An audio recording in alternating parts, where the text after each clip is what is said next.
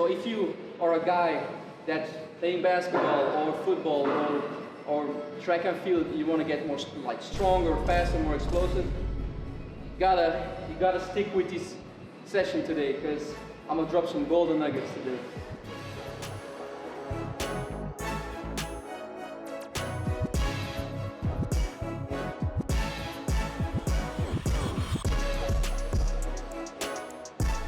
What's up guys, back in another YouTube video. I know it's been a while, but we're back on a YouTube grind, man. So today what we're gonna do is we're gonna focus on getting our power clean up and our vertical. We got a dynamic warm-up done first. Now we got max effort approach box jumps. Heighten the nervous system, but also work on our vertical. So let's get straight into it. Okay, so we're gonna start with this box height. This is about 60 centimeters, I think centimeters, right? 60 centimeters times 2, that's like 120 centimeters. And we're gonna try to increase with like about 3 inches every set. We got 4 sets of 2 to 3 reps.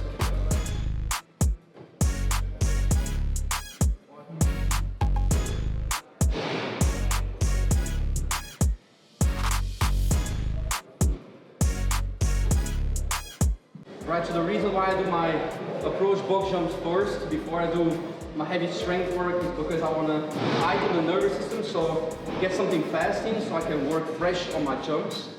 But also, if you want to set yours, you want to jump high, you gotta do it fresh. You know, like if you combine it with your jumps, it's called the French contrast method. But what I found is if you combine your jumps with your strength work, something gotta give, like either your strength is going down a little bit because you're combining a lot of stuff in one set, or your jump's gonna go down. So we got this to heighten the nervous system, and then we go to our power cleans. Fuck. I'm scared. I have to do it, Hey, that's all it. Okay. So I like to do these. Just open up my triceps, sit into that bottom position, high elbows, to work on my wrist mobility, thoracic mobility. Because I'm gonna be cleaning, not power cleaning, I need to be flexible in that bottom position. So this drill is basically teaching that. Cool. All right, so next up we have tall cleans. It's a warm-up drill I like to use when I get into my actual clean work.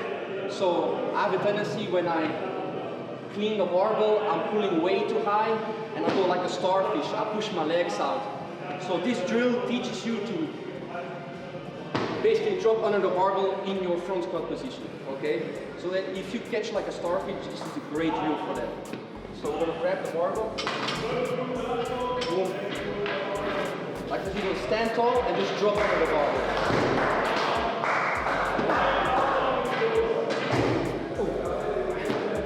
Like that. Boom. Just 3 sets of 3. We're probably going to build up to 90 kgs, 100 kgs, and then I'm going to start my actual sets. Let's get it.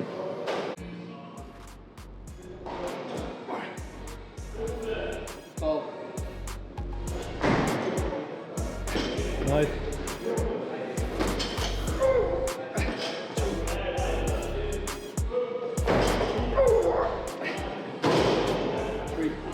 Getting back into it was a little rusty, but now I'm gonna get into the real cleans. We got 3 sets of 3. So starting from the bottom, get back under it as fast as possible and explode up.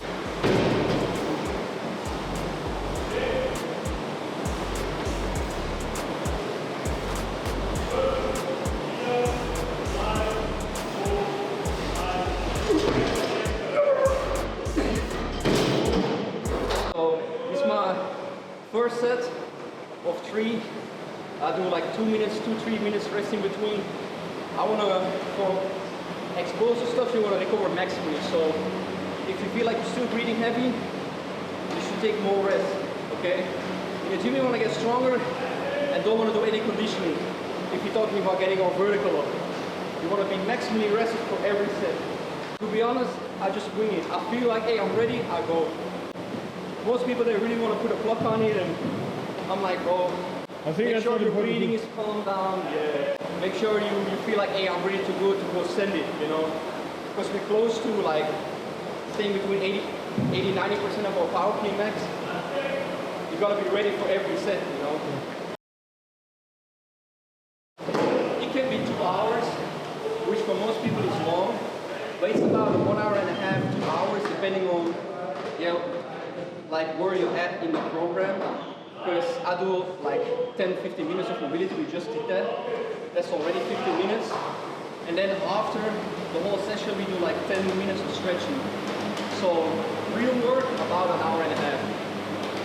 Which makes sense. You still gotta work on your flexibility, mobility, especially if you're an athlete.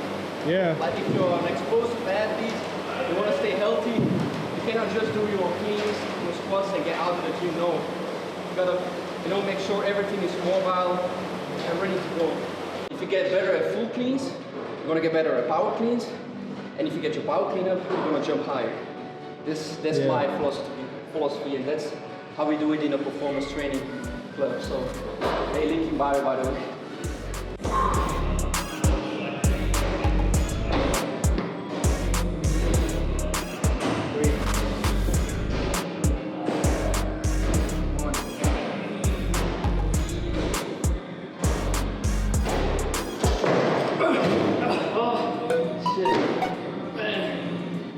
Can't give up. One more. See, that can happen, you know. Sometimes you just overshoot it. I go one more time. Let's go. 1. Just power clean that bit. Little quick backstory. About 7 years ago, I injured my back, herniated disc, couldn't walk for 5 minutes. Just messed up. So rehabbing that, about 3-4 years, I got back, but I wasn't doing my back squats, all the strength lifts, right? So my absolute strength went down a lot. So, and now it's basically getting those absolute gains again while doing back squats, full cleans, all that stuff, right? So that's what I was telling him. The reason I do full cleans and not power cleans is just to get my legs stronger in that catch position. So now we go from full cleans to back squats, just to really isolate the legs, get a lot of knee bend, and work on the leg strength. And we combine it with broad jumps, because we're still working our jumps, or maximal distance jumps, height and vertically. No, vertically and horizontally. So now we go to the back squats.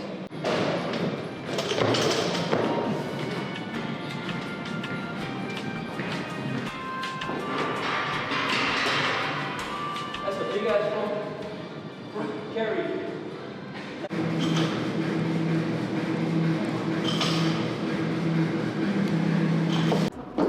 Okay, so next exercise, we got back squats, 4x5s, basic rep ranges. We want to get stronger in our legs. So if you're a beginner, a 3x5, 4x5, even a 5x5 is good to increase your strength in your legs. So why I'm doing back squats after power cleans is the reason that I want to work on my leg strength, because if you increase your back squat, you're going to increase your power clean, and because you're increasing your power clean, you're going to be jumping higher. It all connects together, you know. So first I do my power work, or like speed work, the jumps, then I do my power work, high velocity stuff under weight, and now we're going to work on our strength for base. And after this, I'll show you in a second, we're going to fill in the gap with hitting certain areas in my legs to bulletproof that and make sure that I'm not injured. So Nordics, hip flexor stuff like that. So we got 4x5s at about 80%, 85% of our max. My back squat is not that big, like I maybe hit 315 for like 3-4 reps and I'm cooked. So today probably not going to go over on 20 kgs. Be controlled on the way down, and then pause for 1 second, explode up. We want to be spring-like, okay? Like it's like a hydraulic, like it goes down, you build up tension, and boom, you release it. Get it.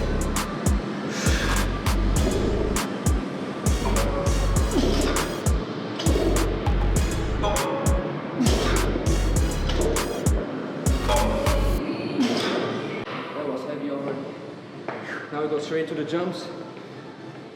Why are you doing the jumps now? So this is called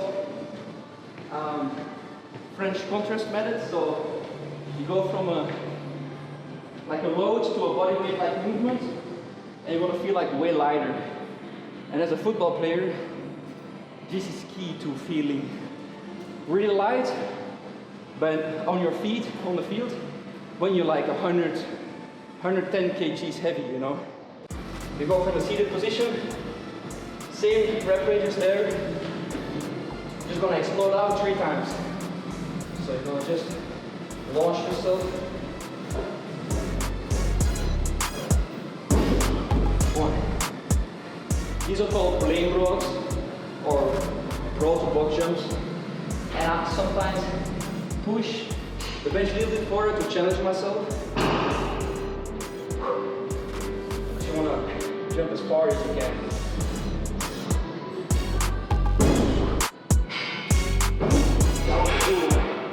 Yes, sir.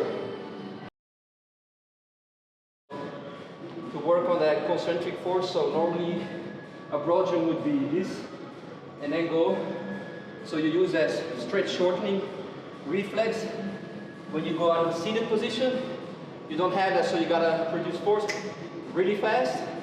And I'm not gonna make it too complicated, but some athletes have more benefit doing this, and some athletes have more benefit doing the standing weight, because typically how an athlete is built, you have a concentric force dominant guy, and you have an elastic, more, you know, elastic band type of guy, who is really flexible and elastic, and more smooth. And the elastic guys basically can use more of concentric force movements like that, and more concentric force dominant guys have to do more bounding and stuff. They have to transfer force really fast through that stretch shortening reflex. Alright, so next up, I'm gonna do Nordics. So for the people that don't know how to build a Nordic setup without using a machine or a glute ham machine or whatever machine they have, this trick is gonna save your life. So you just need a bench. Actually, you don't need all this, but if your bench is pretty short, you can just use a box to put it beside it so it's long enough. And then you just need a belt, and you can just put the belt around the bench. So right like that. Boom. Make sure it's the proper height. Turn it around, of course. Boom. And then you're gonna just anchor yourself inside the belt. Boom. And you got your Nordic. So now you can just do your Nordic curls. And why doing Nordic curls? To bulletproof the hamstrings, okay? So on one day we do our Nordics, and on the other day, on the dynamic effort day, we do our seated eccentric curls. So the seated hamstring curls, where we add a negative on it. So we hit the hamstrings in different angles. In this angle, but also in the seated angle. So you hit more of the bicep tendon instead of only the outside. Okay.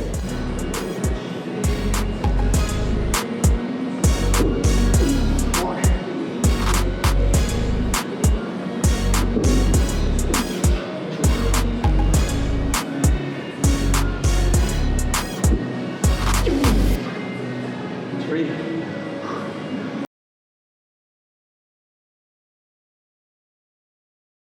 So if you can't do a Nordic curl yet, what you can do, so I have 3 sets of 6.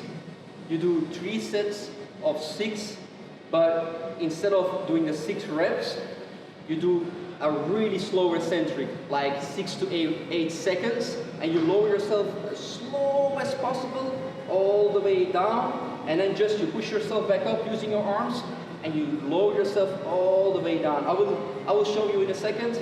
So sometimes I do my concentric reps because I'm strong enough, and then I try to finish with slow eccentrics. But really go really slow, even at the end. When the hamstring is fully at length, you still want to resist as much as you can, okay? like even for people that do like the Nordics up and down, 8 seconds negative Nordic curls is really tough. If you can complete like 6 reps of 6 seconds, 6 to 8 seconds, you can do one full Nordic, 100%. Now I'm doing the slow eccentrics, okay? So really slow. 1. That's just 6 seconds.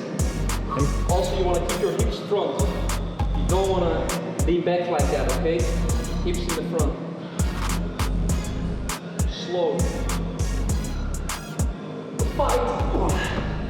Good. One more. 5. Oh. You see that end range?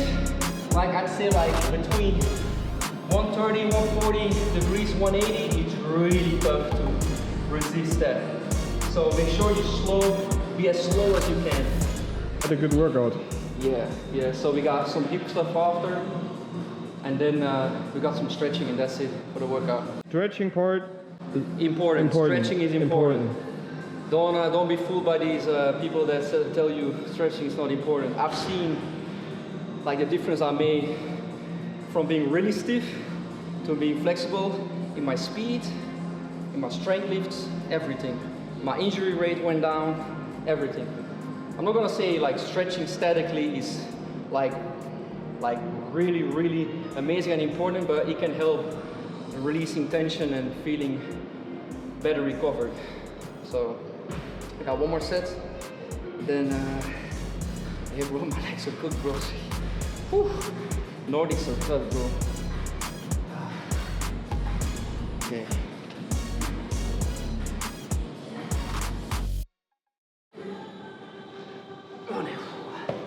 Okay. So the reason why we do these Copenhagens, so this is called Copenhagens, is to hit the inner thighs, so the adductors. This is great for soccer players, any sport that involves change of direction. So we're lining up like that, and we're pulling with the inner thighs. We're not rotating through the core. We're pulling from the thigh. We're keeping the core tight. So we're pulling from that hip. It's basically a little bit the same as those bad girls and good girls you see, like those hip openers, adductor curls, but this is a way better variation because you straighten the leg, so you're still hitting even the inside of the knee all the way up to the inner thigh. So that's this part a lot of field athletes struggle with, if they're tight and weak here. So this drill is amazing for that. I do like 3 sets of an MREP. MREP meaning as much reps as possible. I program sometimes 3 sets of 10. If you can't do a full Copenhagen yet, you can just do ISOs again. So you just hold this position for 20 seconds. If you can do that, you can start doing the actual Copenhagens.